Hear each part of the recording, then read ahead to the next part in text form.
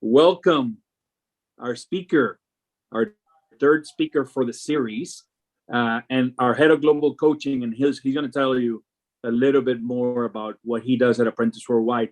But I want to talk about Sebastian. When I met Sebastian, I was at a low point in my career, and he doesn't know how much he means to me as a friend, because, you know, we share not only good advice, but also good times and bad times, okay? So I want to say first, thank you, my brother, for being here for me. You and your wife are so amazing human beings.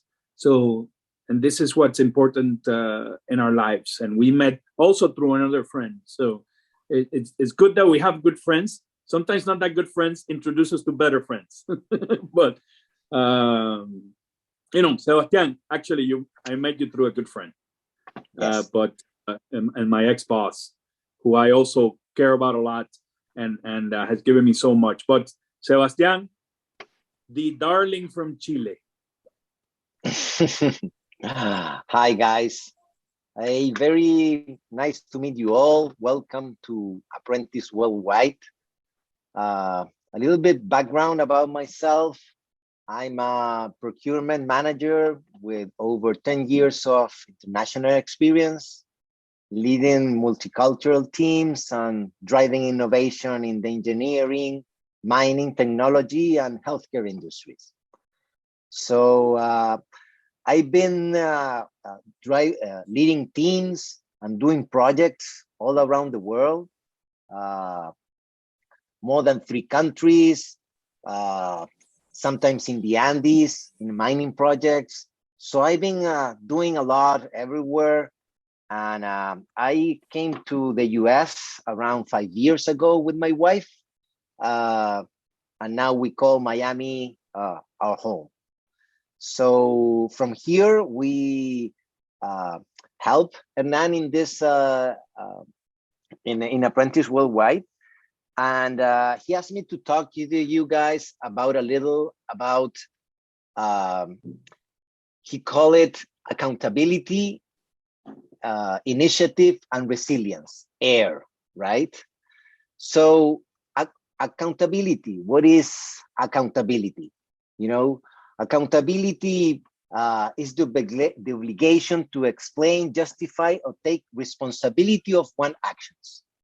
So when you are accountable,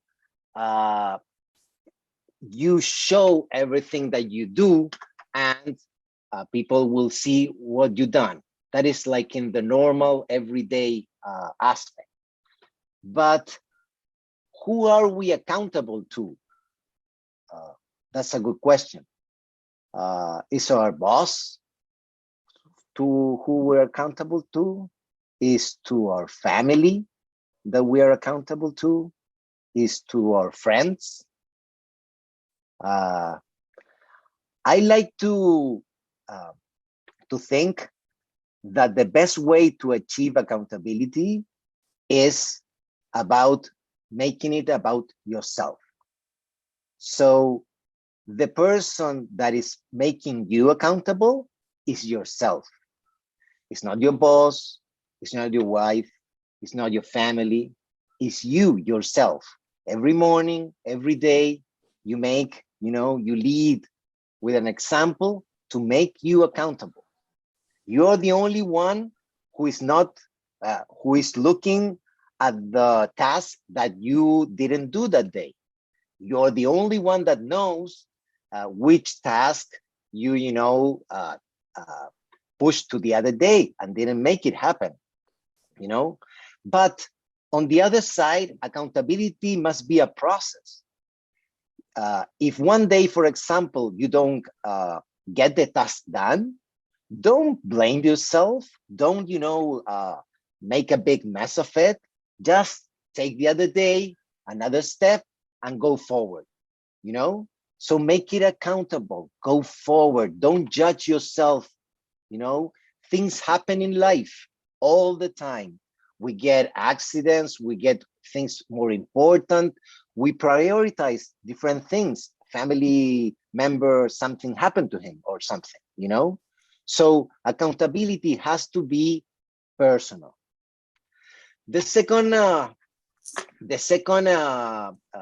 thing was initiative. Initiative is a very powerful drive. Initiative comes like, do you know Victor Hugo? Victor Hugo was the writer of the Notre Dame Hatchback novel. So Victor Hugo used to say that initiative is doing the right thing without being told. So doing the right thing without being told. So that again, so who has the initiative? Who again got this project inside? Again, is you, yourself. You are the one who will, you know, drive through initiative, who will find this initiative inside of you to go further, to go to near tasks and to accomplish new things, you know? So, and the last one was resilience. I love resilience. Resilience is defined by the process and outcome of successfully adapting to difficult or challenging life's experience, especially through mental, emotional, and behavioral flexibility and adjustment to external or internal demand. What that does mean? That means we are able to cope with everyday problems. Resilience is to understand that problems happen, we fail, we turn, for every time that we succeed, we fail another 9 times. It's the normal process of learning. That's how we learn. We learn to ride a bike the same way. We fell 10 times until we were able to drive it without the wheels. No one remembers the 10 times that we fell. We remember the time that we drove. The first time that you drove your bike, everyone's remember it. We remember the times we succeed. We are motivated by the times we fail, but we remember the times we succeed. So all of this, accountability, initiative, and resilience can be packed into one word that I like, that is called leadership. Leadership englobes everything that we're talking. Leadership means taking responsibility, being resilient, taking, you know, the good and the bad and understand where you're going forward. You know, leadership is one of the best traits you have, you know. So again, so who are you the leader of? And this is very important. We usually tend to think that our own success is linked to the work that we're doing or to a project that we're participating in. And usually these projects, or most of them, as it's highly probable, some of them fail. And usually we go and think that we are not good professionals, we are not good enough for this, we're not meant to this, so we're gonna find a new career. That's not it. You know, you're in the process of learning. If I can give you a proper advice, is be the leader of yourself. Like to achieve your own project. So Valeria, this should be Valeria's project. The most important project in your life is Valeria's project. Not the job, not the university, not your friends or you're studying. It's Valeria's project. Once that you detach from the everyday things that are going and you get a higher purpose in life, like Sebastian projects, Valeria's project, Emerson project, you get the confidence enough, you get the initiative, you get the resilience, you get everything that you need in the leadership to leader your own project. Your career must be your project. In your career, you will have a lot of paths that sometimes it will not be the best. Like, for example, and I told you that we met in a downtime time. Nan applied for more than 200 jobs in the last 2 years. You will think, oh, but he's a big executive with all that, you know, network and all of that. Well, he has his own project, and now has a project of himself. He wants a job, a particular job, a special kind of job, and he's been looking at it ever since. In the last months, he achieved it. But look at this. Like, I know we have every excuse to quit after 10 times, after 15 times, because usually we quit after 2. But let's say we quit after 10. Like, if we quit after 20, like, it's your fault that you quit after 20. No, it's not. Like, you have everything in your side to quit. But I can tell you something. There are people out there that don't quit. That don't quit. They got 200 interviews to get the job that he wanted. For example, my wife is studying for the CPA. He is in the 3rd test, BEC. And she was very nervous because she was studying to it until she knew that the head of KPMG did that test 22 times. So what motivates people to do things when everything says that you're failing? Like, are you willing to take 22 times a test? Ask yourself, how is your drive? How are you leading your own project?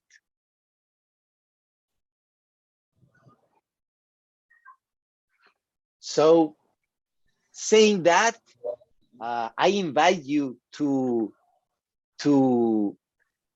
be a leader in your own life, to take responsibility about the decisions you make. Every decision we make has consequences. Can be good, can be bad. Most of them, we doesn't see them until the decision is made. That is part of our journey. It's part of your journey of learning. No one learns only from success. You need to fail to learn. So I love the story about Alberto, I think, that called, you know, the other guys in the military asking for classified information. He didn't knew, you know, and he had fun doing it. So this is what I'm trying to tell to you. Failing is nothing. It's learning. Have fun learning. It's part of the job, you know. Don't get everything so, you know, heavy to your heart. Like, let it go. Enjoy this. And of course, go and balance your life in the correct way. You don't only have you don't only have a business life. You have a creative life, where is health and fitness, and it's fun and recreation. There is your social life, where is the community, your friends. It is the love life, your family, close friends or partners. There is the life purpose, that is, everything has to be with spirituality, growth, or learning.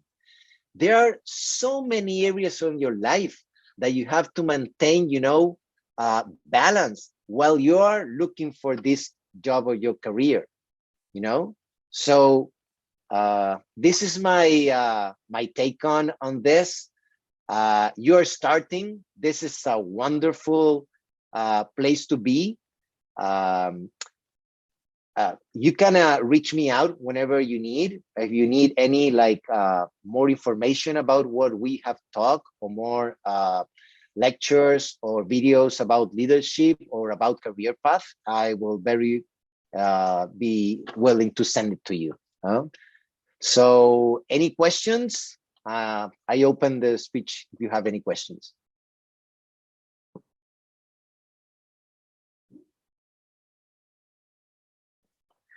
Don't be shy, take the leadership. I have a question. Hi, So, Gabrielle. hi. So, what's something that you regret not doing when you were younger, like in college or university, whichever? I regret, like I've been in a lot of process, so regret is something I don't like because it's expressed something that I didn't learn from. But I can tell you like things that I would have liked to change. For example, I would have loved having an opportunity to network in an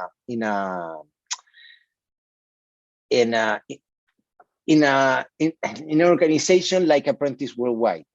Like when I was growing up, like we have to figure everything ourselves, you know, and no one will ever tell us anything. You know, we were subject to the old way of, you know, getting jobs, you know, and you were, you know, like no contacts and know everything, you know. So yeah, that is one thing I regret, Gabriel. Okay, thank you for sharing. Mhm. Yes, Carla. I thank you for taking the time to speak to us. When you were younger, like let's say our average age is like college students, and we're all looking like this for internships and jobs. Did you ever get to a point where you didn't think like, oh, where you thought I'm not gonna be successful, or like, oh, I'm never gonna get a job? And if so, how you overcame that mentality of failure? Yes, I've been there. It happened to me too. And one way of doing that is trying to detach about that specific um, issue, you know. Uh, like when I was younger, there was less professional people going into work. I'm nearly 50 years old. So a long time ago, I was in the university, but we were less people. Today, every job has a massive amount of people going and applying into it.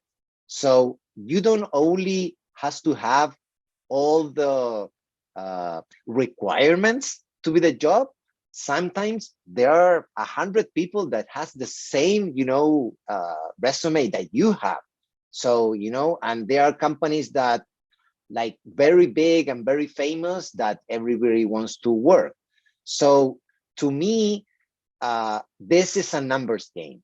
So you have to detach on the result and go for it. And don't have one, go for 100 and do 3 a day for the next 3 months, and go and go and go and go. This is a big numbers game. You will get it. I'm sure you will. Get and do the networking.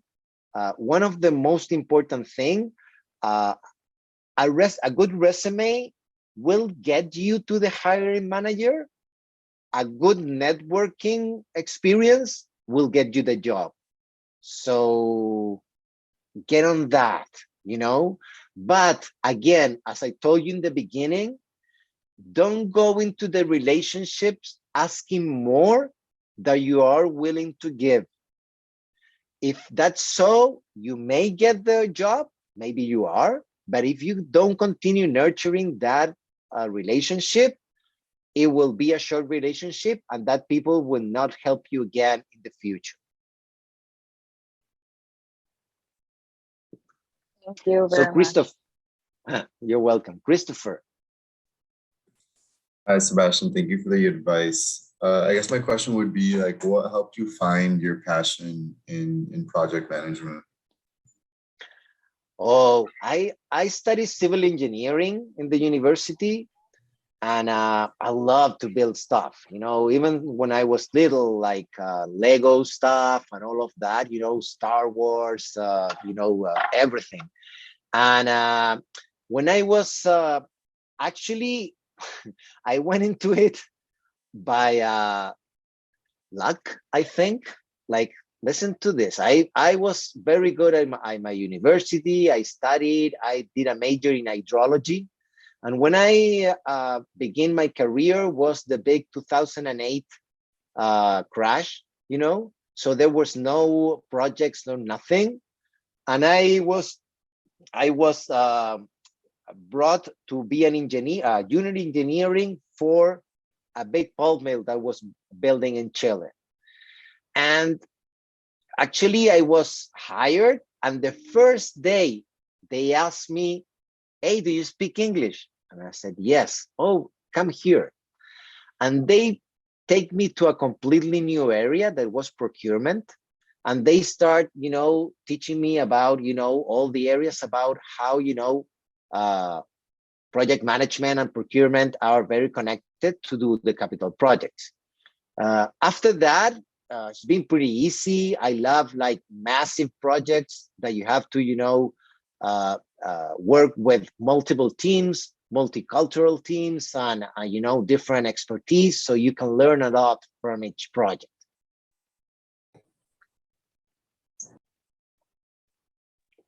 I don't know if that answered the question, Christopher. Thank you. Thank you. Thank you. Emerson? Thanks, Master. Thanks for sharing. My question is, I know you mentioned that there are people that will not quit, but at the same time, there's this idea of sunk cost fallacy. So, right, if say I'm starting a business and I put so much money in and it's obviously not working after 10 years, my question is, when is the right time to quit? Or how do you determine when is the right time to step off?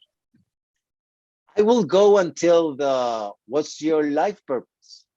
Like, is it important for you enough, this goal that you're pursuing, that makes you not to quit? Like, ask you that. Like, don't ask why you're doing that. Ask for what I'm looking that goal.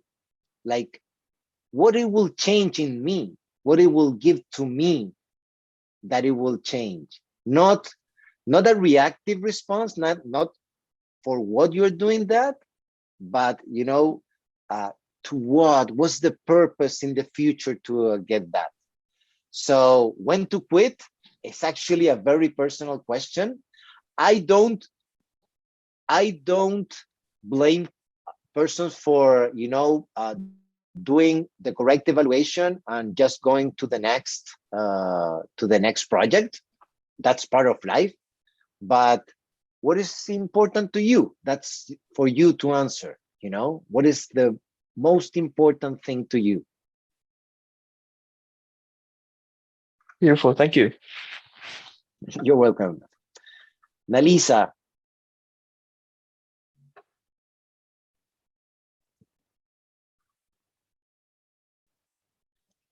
We don't hear you, Nalisa.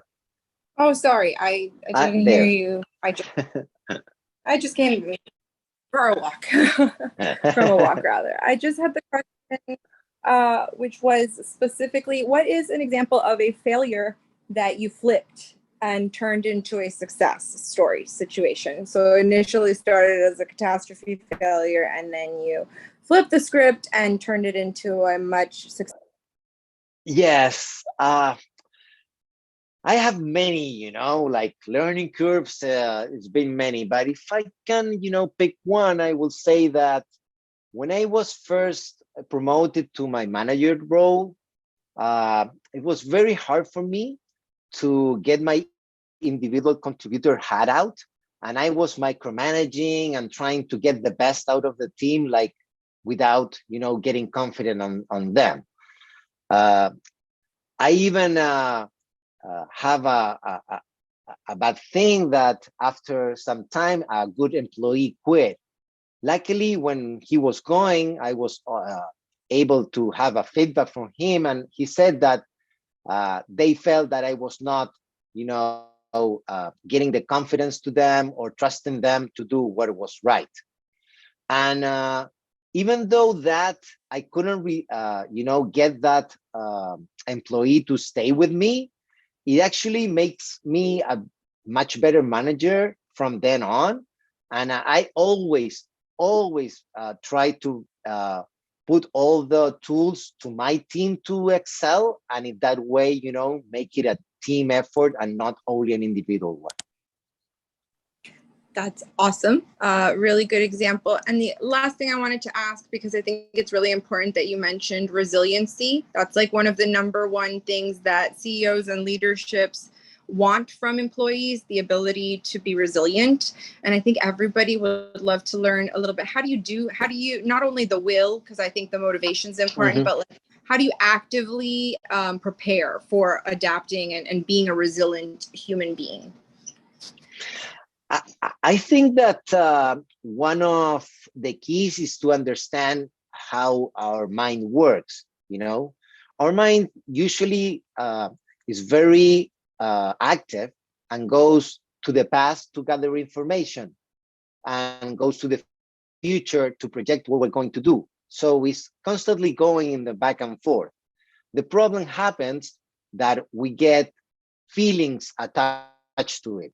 So when we go back, we don't only get the information on how we learn, but we also judge ourselves about that.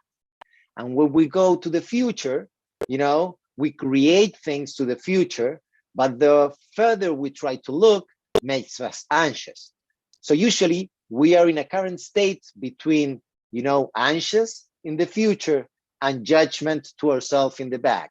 So in this current state, it's very difficult to make a resilience because you're constantly judging you and you are anxious about your future.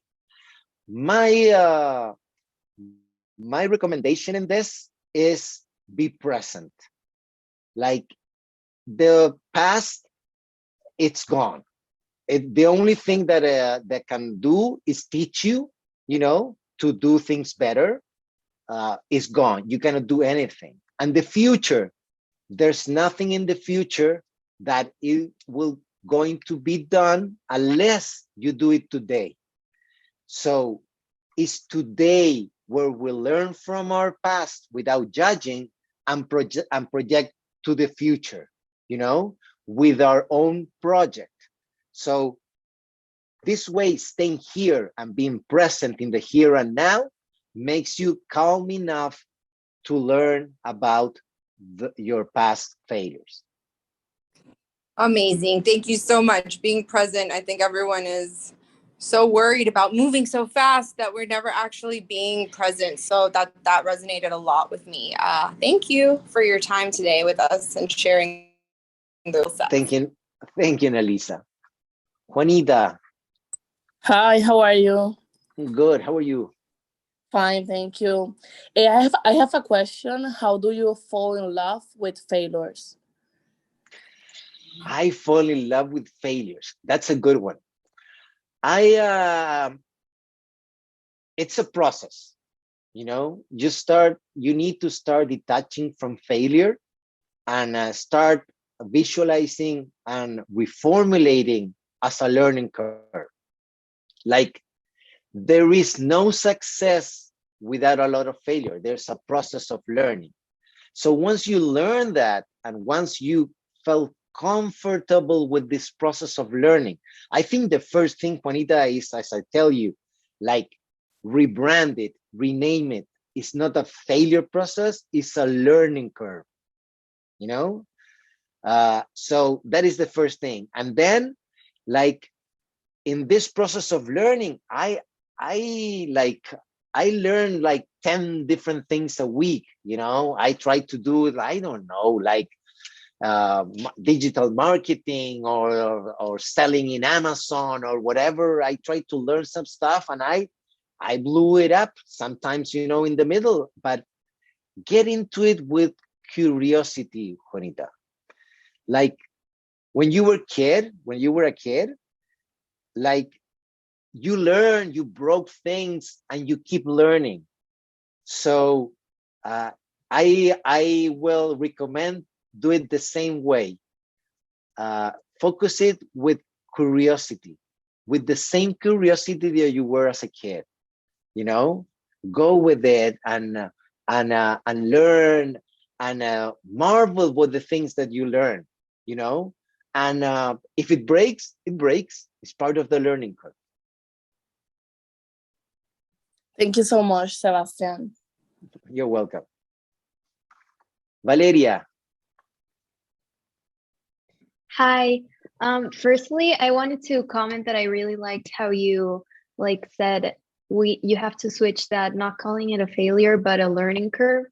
Because sometimes, when you have a failure after the other, you can get very overwhelmed or discouraged. So I think it's good to keep in mind like I'm learning from this. So I really liked that. And also I had a question about these three aspects: accountability, initiative, and resilience. You talked about those very personally, but how would you maybe translate these into being a leader for other people, not only for yourself, but how could you use this for your leadership and helping other people, Well, I can tell you something.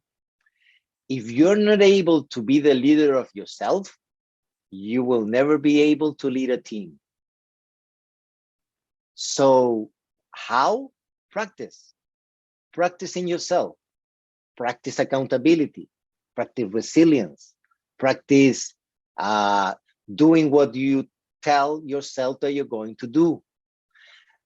Practice. That's the best way to get into a team. Once you get your own, it will be very easy to inspire others. They will see you manage your own career, your own path. This is inspirational at the end. Good leaders are not defined by power, are defined by who inspire you. Who inspires you to get, at the day to work? Who inspires you and gives you the opportunity to grow?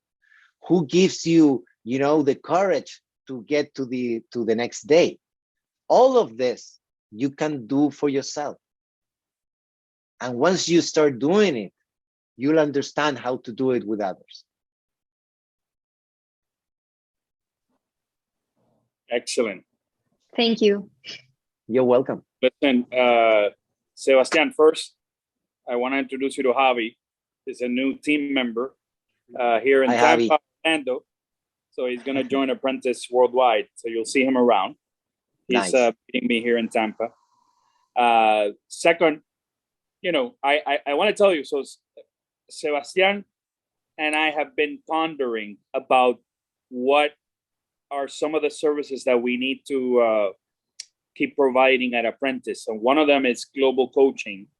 And he came up with a brilliant idea, which I'll let him share about when we have a strategic alliance. I don't know if you know, but with a company in Chile called B Coach.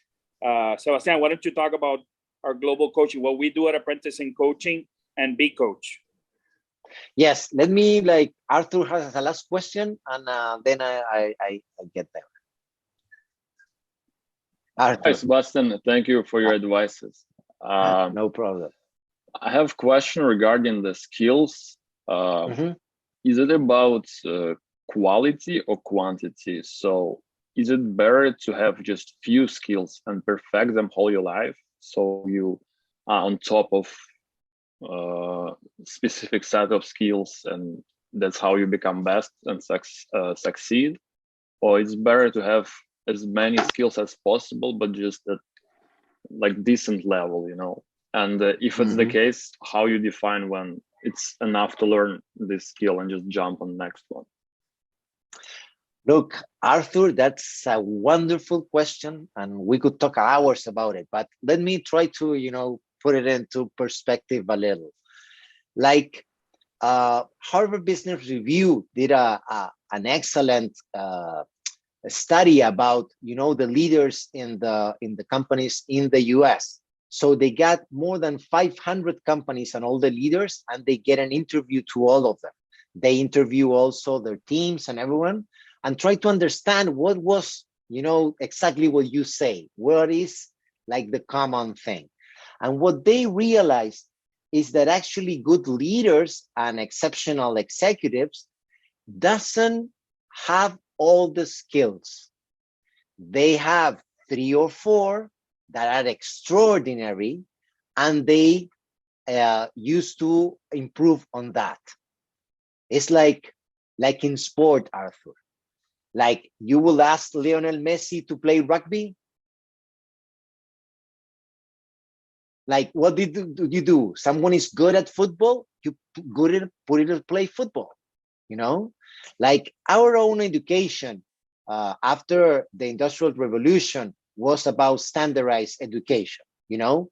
So if Arthur was good at English and was bad in Spanish, what they will do is they will put him a teacher for, you know, Spanish, the one that was below, right? To get it to standardize your learning, you know? Now what we have found is that you have to learn yourself, because you have certain skills that are very, very only that you have. So if you focus on that and you know you're good in that, you can, you know, excel in the office. I don't have. There's a process that you can use it, Arthur. You can ask like 30 or 40 people around you. If you shoot me a WhatsApp after, I can forward you the paper. So there's a process that you can do it, so you can see which skills you have to focus, because it's only you, you know, I cannot tell you because it's particular from you, but everyone else will see it, and it will be, you know, a standard thing, you know. But leadership is one of the big ones. Like resilience is accountability is a big one in the, so whatever you say, you get onto it, you know. So that's it. I hope I answer you, Arthur. Yes. Yes. So yeah, to the point that Hernan was asking, we have a global program now. We have a Chilean coaching school. It's called Be Coach, and now we are doing a coaching sessions for 12 leaders of apprentice worldwide, and we are giving them scholarships to get to this process. That is an 8 session process where you discover different, you know, things that you want to accomplish, you know. So yeah, this is the first generation that we're doing it. We have a very positive feedback, and as soon as we have a second generation, we will open it to everyone who wants to, you know, be part of a process of, you know, self discovery. Yeah, and by the way, so if you want to learn about coaching, you can ask Sebastian, ask me of the importance of coaching. The problem that we have, that you guys have, is that you think coaching is not for you because you think that this is expensive, right? And you have enough cost by paying with your apartment and all this stuff. Little you know that very little money invested in the right places can have big returns. By the way, our services at Apprentice are free for you guys. So take full advantage of that, right? But it doesn't come with, you know, committee, right? If for the case of our associates, the ones that have been given the scholarship, these scholarships are, you know, thousands of dollars, right? Because these coaches charge a ton of money. We just give it to the ones that qualify, and then we expect them to go to these things, right? Because we're giving spots to people that, you know, we just spent $3,000 on your education. You know, you can make us look bad, and these are not us, right? These are coaches that make this for a living. So just be mindful of that. When you get this opportunity, embrace it, and then commit. Be accountable, right? Have initiative, and don't stop. Be resilient. No, so bring some air into your equation. By the way, thank you, Sebastian. I do not want to end without saying that next week we're not gonna meet 4th of July. Okay, that does not mean that you don't stop learning, right? You continue learning, try to meet with your people. And then I have a surprise for you. I have your next professor and mentor, Mo Hassan, right next to me. So I want him to tell you what you're gonna learn in 2 weeks. Hello, good evening. Hello, Mo. Okay, there's the camera. I have to like find myself on the camera for a second. I'm gonna put this down so I'm not super shaky. Let's see if we can stabilize. Okay, Hernan's gonna help me so you guys don't think I'm on drugs or something here. Okay, so a little bit about me, just a very quick introduction. I have been teaching executives and people who basically run the world for a little over 20 years. My clients include prime ministers of countries, Supreme Court justices, Fortune 100 CEOs, and a bunch of old white guys from around the world, because that's who still runs the world. Welcome to the world as it is today. Is it okay? You guys can handle some facts? So what I'm going to be teaching in a couple of weeks, this will be on the 11th, I believe? Yeah. Is I'll be teaching about advanced communication. Really, what does it mean to have executive communication? And you probably have learned a bunch of bullshit in college and university and other places on what communications is. So we're going to start by distinguishing what communications is not, and then get into what communications is. And I'll give you a brief preview of what it is right now. Okay. For the vast majority of the people having the vast majority of conversations on this planet right now, there is actually zero communication taking place. What is actually happening is autopilot behavior and formulaic language exercised in a predetermined pattern based on environmental conditions. You come home, how are you? How is school? How is work? How is the office? How's your weekend? Good morning. It's mainly noise. And so we can start by distinguishing noise from signal.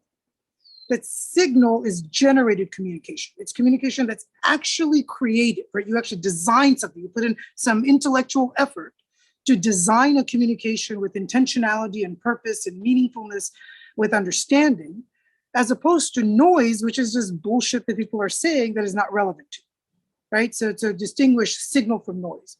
The second part is to understand who is communicating. That true communication comes from you as the spirit, right? You as the ghost in the machine. It does not come from the motion of the body going through physical universe activities, nor does it come from the emotional reactions that you experience, right? Think about how many times you've had a attempted communication, but it was really just an emotional reaction to something else, whether it be fear, anxiety, excitement. All of these things are nothing more than just emotional states. And communications also doesn't just come from an intellectual exercise. True communication comes from your beingness, that who you are is somebody that is being kind and generous, and someone who's creating their communication. And from that space, you design and create every communication, whether it be oral, written, physical. You can use this from the bedroom to the boardroom. So I'll see you guys on the 11th. Thanks so much. I don't know about you, but I'm excited about what you guys are going to learn in the next couple of weeks. And that's not all, right? We still have another 3 more speakers. So one of them is myself, which I'm going to talk about the power of networking, something that I know a little bit of. And then we're going to hear from Pastor Charles Scott talk about how service is also a undervalued and misunderstood weapon for your success. So how service, right, basically participating in social activities are going to lead you to success. So another good path for you to grow. So these are, and these people, I don't know, I consider myself an expert in networking, but Pastor Charles Scott is a walking service machine. He's a pastor, so he's probably going to preach about success in 2 weeks after that. So I'm excited about that, guys. You're all in the WhatsApp chat. I'm going to add Mo, And I'm gonna add Javi as well, so you guys can network as well with them. If you have any questions, it doesn't stop now in our Zoom. We gotta go because we gotta network, right? So practical So application. practical application of what we're learning, and I hope that you guys have that opportunity as well. I'm sure that you know, the people in Miami, at least, and I are gonna hang out. People in Chicago, I'm gonna hang out. People in New York, we're gonna hang out. Costa Rica, hopefully soon. So we'll get a chance to get with everybody. Okay. We don't have more time. We gotta go. But I love you guys. Keep it up. Okay. Thank you. Thank you so much. By the way, Thank you. by the way, our dean of students is here as well. She's just quiet. Genesis. Hello, everyone. Genesis, is everybody behaving? Everybody doing what they're supposed to be doing? Yes, everyone is doing pretty amazing. It's really challenging, but part of being an intern at Apprentice Worldwide. And Yeah. it's Did you take a been picture? really amazing. Did you take a pictures before everyone goes? Oh, important. Yeah. Let's take a picture. But guys, turn on your camera. Oh, Ready? Lord. I'm gonna count to 5. 1, 2, 3, 4, and 5. Cheese. There we go. Awesome. You guys are great. Okay. Thank you again to Professor Sebastian Baeza and the Baeza family for their amazing speech. And this will be recorded and reshared with you guys. Guys, have a lovely evening. Take care. Thank you. Bye. Gotta Thank go. you. Thank you. Sorry, I need Thank a you, drink. bud. So Thank you. later. Thank you. Bye. Be good. Bye-bye.